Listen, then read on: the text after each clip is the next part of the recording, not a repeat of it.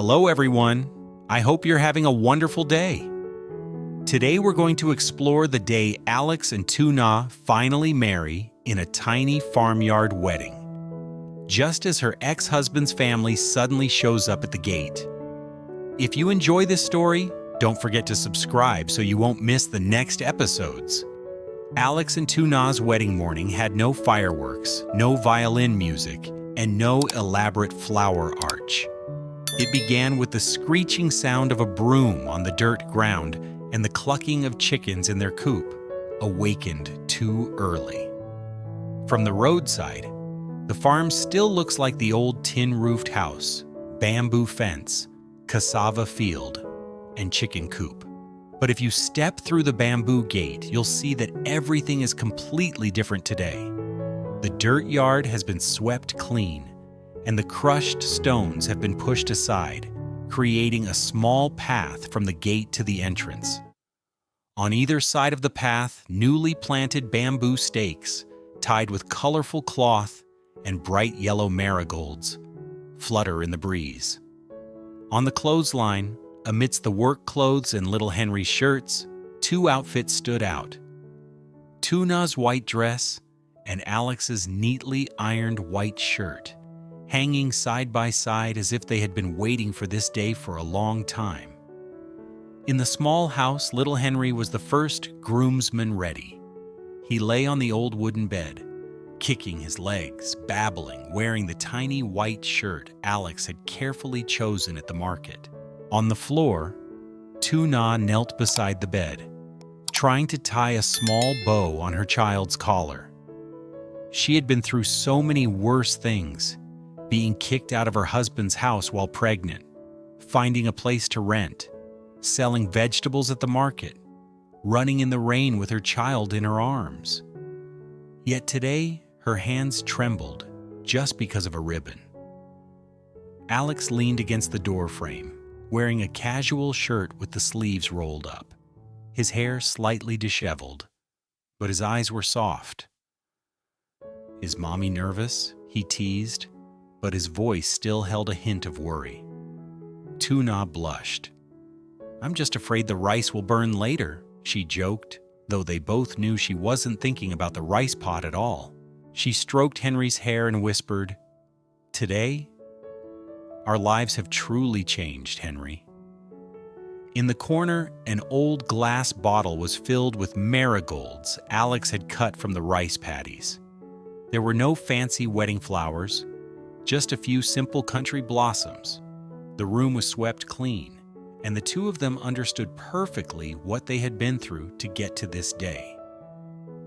Alex stepped closer and knelt down. "Give it to me," he said softly, taking the bow tie and tying it neatly. His fingers, accustomed to gripping the steering wheel and repairing the engine, now patiently worked on a small detail on his son's shirt. Once finished, he looked at Henry, then at Tu Na, blinking once as if reassuring himself. This is really happening. He remembered vividly the first time he stood here. Tu Na, cradling the tiny, red-faced baby with swollen eyes and disheveled hair, huddled on this bed. He only dared to stand outside the doorway, not daring to step inside. Today, he was right inside, preparing to call the mother and child his family. Outside, Alex's employees had arrived early, rolled up their trousers, put on slippers, tied flags, hung lights, and set up tables and chairs. Laughter, calls to each other, and music testing the speakers filled the dirt yard, making it lively. In the makeshift kitchen, Mrs. Tang was like commander-in-chief. She stirred the soup, seasoned the braised meat, muttering to herself as she worked, "We have to cook something really delicious today. They've had enough." For her, this was more than just a wedding. It was also a way of giving Henry, a child who once had no so clear happy we place to could share belong, this moment together. and Tu Na, her It adopted feels daughter who perfect. had been the target of gossip. Occasionally, she would glance out at the dirt road, listening to the sound of the engine, her heart filled with apprehension. What if they come to vandalize it? Alex's mother and sister pulled into the yard. Previously, when they heard Alex wanted to marry a single mother with a complicated past, they strongly objected.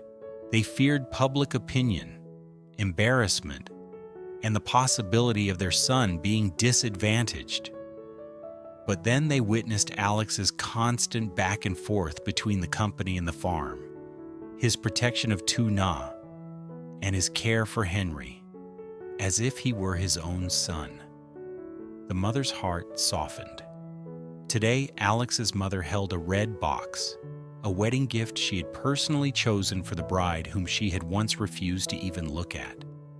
Seeing Tu Na embracing Henry in her white dress, she slowly said, "Come here to Mommy." She adjusted her collar, stroking it gently like she had done for her own daughter. The word Mom still sounded strange, but less awkward. Alex's sister stood behind her, still a little wary, but seeing Henry cheer at the sight of Grandma, her heart softened. Neighbors came running, some carrying fruit, others carrying pots of sweet soup, and some empty-handed but with wide eyes. The CEO is really getting married here? They look so compatible. I heard her ex-husband is really rowdy. I wonder if he'll come to cause trouble today. The dirt path was lined with bamboo poles and bright yellow marigolds, creating a special red carpet. Everyone was smiling, but there was still a hint of worry in their eyes. Would the other family leave it alone? Would they take little Henry too? Alex had instructed a few trusted men to keep an eye on the gate, just in case something bad happened. The wedding took place as the afternoon sun was just beginning to soften.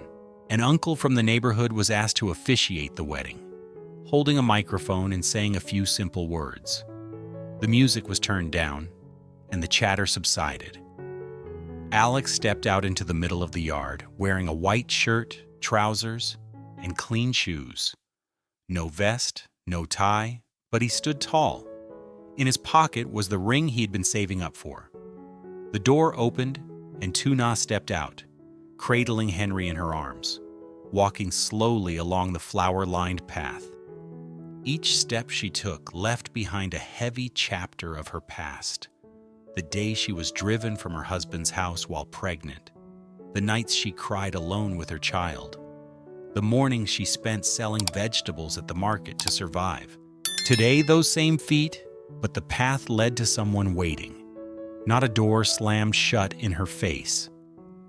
As he approached, Henry leaned toward Alex, hands reaching out, mouth mumbling. The whole yard laughed. Alex took the baby, hugged him tightly, and stood next to Tu Na. The three of them, a clear family picture. Alex looked at Tu Na, then at Henry, and took a deep breath. "I didn't promise you a villa or a car," he said, his voice trembling slightly. "I just promise, from today on, no matter what happens, you and Henry won't have to bear it alone. I'll always be by your side." No cliches, no rhymes, just the words of someone who truly chose to enter the lives of this mother and daughter. Tu Na held the ring in her hand, her hands trembling, her eyes red. "I used to think my life was over. I got married once, then was kicked out of the house while pregnant with Henry. I didn't dare dream of anything more. But if you weren't afraid of my past, weren't afraid of what people would say, then the rest of my life, I would use it to make it up to you, to Henry, to Mom." The afternoon breeze blew, and marigold petals gently fell onto the hems of their dresses. A few people turned away to wipe their eyes, pretending to have dust in their eyes. Alex put the ring on Tu Na's finger. The ring wasn't big, nor expensive, but to her, it was proof that she was no longer alone. At that moment, Henry babbled a few words, making the whole yard burst into laughter, as if he too nodded in agreement. The wedding reception began, and the courtyard lit up once again. Loud music blared. Children ran around, their bare feet kicking up clouds of dust. Long tables laden with traditional dishes, boiled chicken, braised meat, hot soup, stir-fried vegetables, sticky rice, and sweet soup. The bowls and chopsticks were all different styles, but laughter filled the air. The staff surrounded Alex. "Boss, we've signed a lifetime contract today. If we break this contract, the whole village and the whole company will be angry." Alex smiled and clinked glasses, but his eyes were still searching for Tu Na. He saw her right in the kitchen, about to pick up a ladle. "You are the bride today, not the cook," he quickly interrupted. "Go sit over there and let me and everyone else take care of it." "I don't mind standing there," she laughed, not used to being the main character. "Then just stand there looking pretty," he teased. "I still want to show off my wife to people." Alex's mother walked over, snatched the ladle from Tu Na's hand and said, "Go sit with the guests. Leave the cooking to me and Mrs. Tang. Today is your day, not your day of hard work." In those few short sentences was both acceptance and apology to make up for previous objections. Tu Na remained still and sat at the head of the table. From there she could see Alex pouring water for the neighbors, his sister chatting happily with the staff, and Mrs. Tang eating while keeping an eye on Henry. For the first time, this place was not just a place she was staying temporarily, but her home. Henry sat on his mother's lap, holding a cake in his hand. Everyone who passed by pinched his cheeks and teased him as best man. Then, amid the laughter, the sound of a car engine roared at the gate. The sound was harsh and deliberate. The stadium stopped. The music was still playing, but everyone paused for a beat. Two people got out of the car. An elderly woman with sharp eyes and tightly pursed lips. Beside her was Huang An, thin, gaunt, with dark circles under her eyes. Former mother-in-law, former husband. The glass of water in Tu Na's hand shook. Henry was still chewing the cake, not understanding what was happening. Mrs. Tang stiffened, her hand resting on the pot of soup. Alex's staff looked at each other, nervous. Alex stood up, walked out, and stopped close enough that his back blocked most of the view from the entrance to the table where Tu Na was sitting. Huang An's mother glanced around, stopping at the flowers, the banquet table, the ao dai, the wedding ring, then stopped the longest at Henry. "So, you guys can get married?" she said sourly.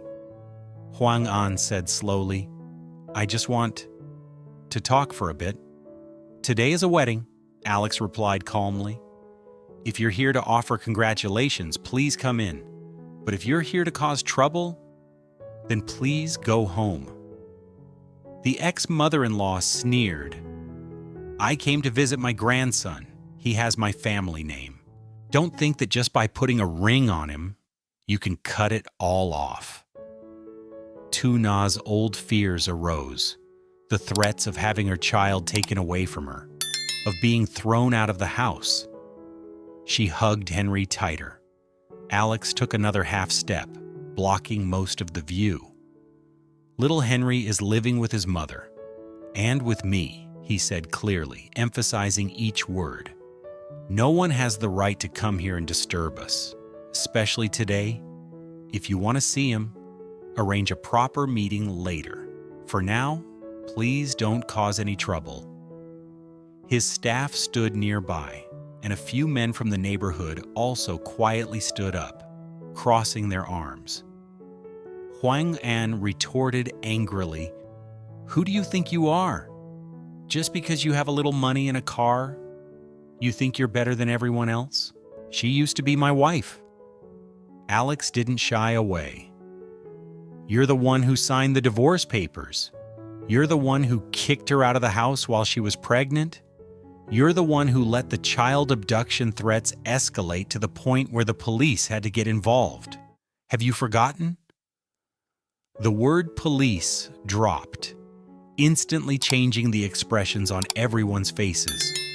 People stopped staring at Tu Na and turned to look directly at Huang An and his mother with cold eyes.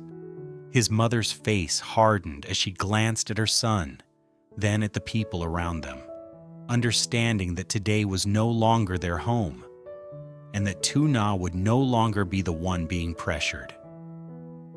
"Okay," she said, "you two can think you're happy for now, but later, don't regret it."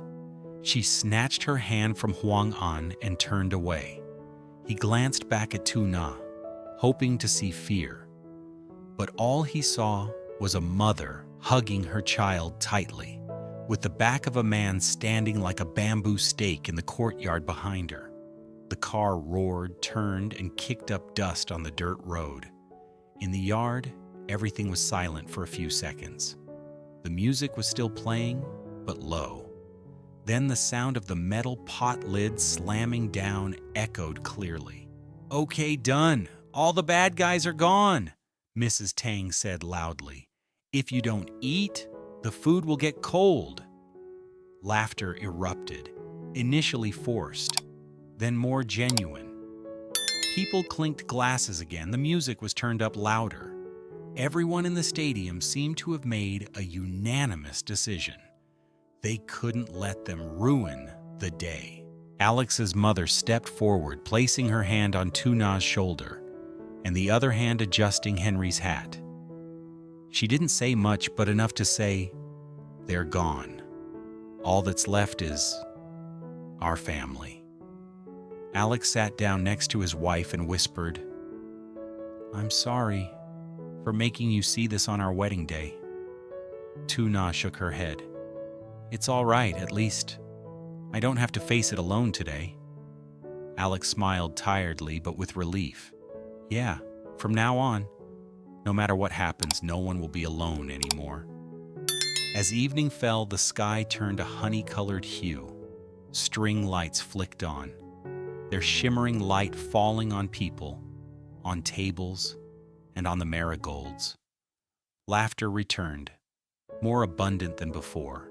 People ate, drank, and talked about their first meeting with Alex at the farm, their first time seeing Tu Na with her baby, and their first time hearing Henry's laughter. The children ran around, their hands covered in cake and their faces smeared with cream. A slow melody began to play. Alex stood up and extended his hand. "Bride, would you like to dance a song with me?" "I don't know how to dance," Tu Na laughed. "It's all right," he said. "Just stand next to me." In the middle of the small dirt yard, under the flickering lights, next to the green cassava field, surrounded by neighbors and employees who had chosen to stand with them, Alex and Tu Na swayed slowly, hand in hand. Henry slept on Mrs. Tang's shoulder, occasionally waking up, his mouth moving as if he was dreaming. Tomorrow might bring more worries, debts, the harvest, work, family on the other side, but tonight, in this moment, they have one thing for sure: a small family, a love big enough. And after everything we've been through, that alone is more than enough to believe in tomorrow. On a quiet farm, Alex and Tu Na's wedding has no velvet aisle, only a swept dirt path, marigolds and glass bottles, and a tiny best man, baby Henry in his white shirt. Neighbors gather, Alex's family slowly opens their hearts, and simple vows promise not riches, but never facing storms alone again. Just as the reception is in full swing, Tu Na's ex-husband and his mother arrive, demanding their rights to Henry. In front of everyone, Alex firmly defends his new family. They leave. The party resumes. And under cheap fairy lights, a small family claims a very big love.